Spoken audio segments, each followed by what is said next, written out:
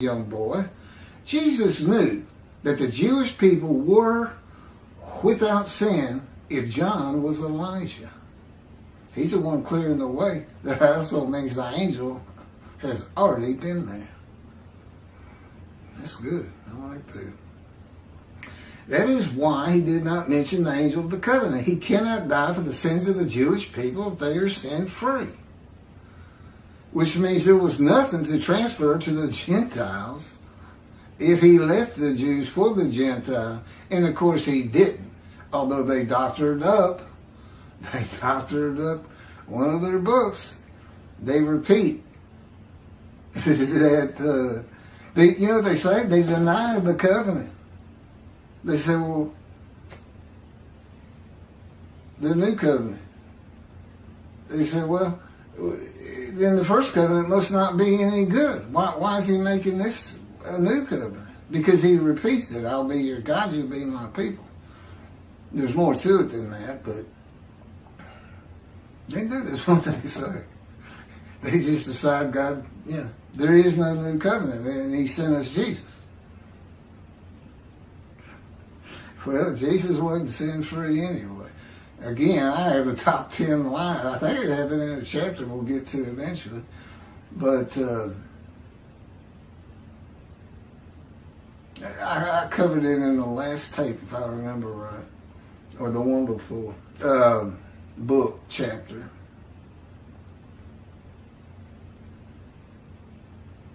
So anyway, he doesn't mention the angel of the covenant. There has to be a reason for it. The writer knew. How does he know? Nobody thinks the book of Matthew was written by Matthew, or whoever that came from. No, that was Luke the historian. The time to come of the new covenant is when the land blooms again, and when the city Jerusalem shall be rebuilt as it is today for the Lord's return. A time to come when the Jewish people are never uprooted or overthrown again. Between 68 and 70 Common Era, the Jewish people revolted against Rome and were defeated, murdered, crucified, and forced to leave the Promised Land.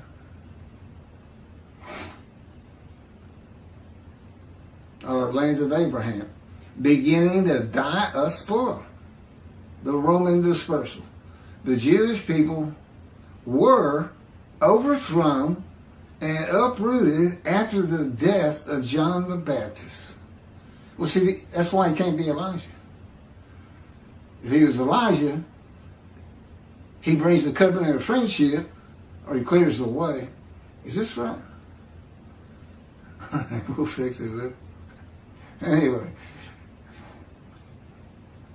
they're not supposed to get defeated after Moshiach, who comes as the righteous servant, Elijah, everybody, the four righteous men come. And clearly the four righteous men weren't there.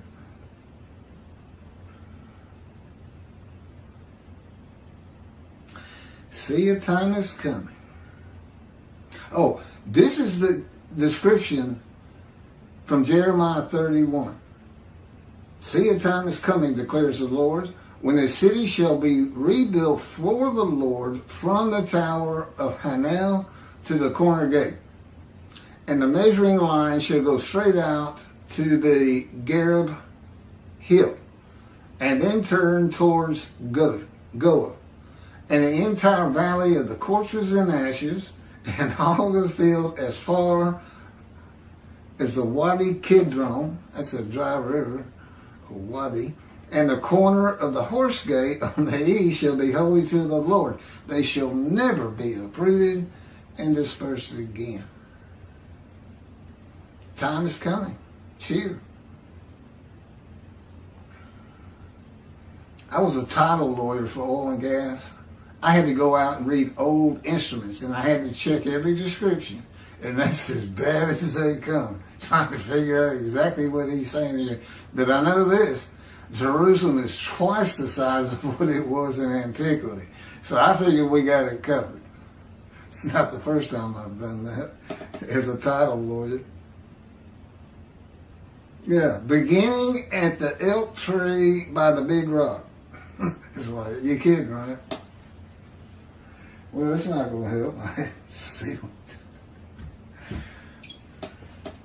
You want me to carry on into the next one? Chapter 17. This is going to be 16 and 17 together. There's no question. It's getting blurry again. You know what? I'm stopping right there. I'm not dictating on this thing in that blur. I don't know why.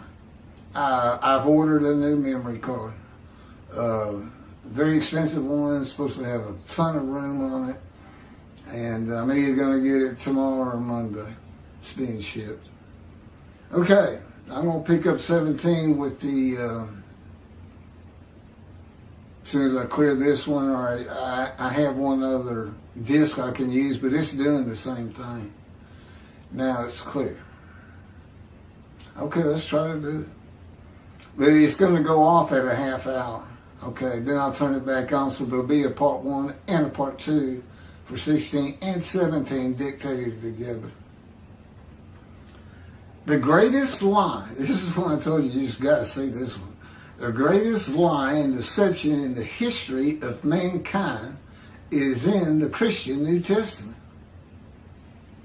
And it is. Any question about it? The New Testament of Christianity has many statements of the prophecy of the Hebrew Bible being satisfied or fulfilled in the stories and accounts of Jesus. Not one is true. It is arguably the most deceptive book ever written, based on the billions of people who have been deceived. The descriptions are written in such a manner as to keep the reader from verifying the referenced prophecy or prophet. The deceptions are bolstered by the reader's belief that a Bible certainly does not contain lies and deceptions. You just don't expect it. The book of Matthew, which begins the New Testament, has many statements of prophecy fulfilled that are false. Either it is not prophecy, the verses and their meaning have been changed, or the prophecy is not stated in full, leaving out the parts that are not fulfilled. And rarely does he tell you the name of the prophet being referenced. The prophecy of Zechariah chapter 9, verses 9 and 10 is a good example. Two things. The writing of Matthew and how he changes up the prophecies, and how the Christians change in general, since they refuse to recognize this lie, and clearly a deception. Maybe they don't see it, but if they don't, it's because they're blind to it and got no business saying a Hebrew Bible is prophetic of him. This is not prophetic of it. This guy's not unblemished. Listen to this. This line comes straight from the lips of Jesus. The prophecy of Zechariah 9, 9, and 10 is a good example. Jesus changed verse 10 from defeating Rome to being executed by Rome. His whole phrase, I'm going to ride this ass up here to Jerusalem, and there the Gentiles shall spit on me, scourge me, put me to death. But on the third day I shall rise. They did. They absolutely, you talk about, like, they're taking the word where, I guess it's in Romans, where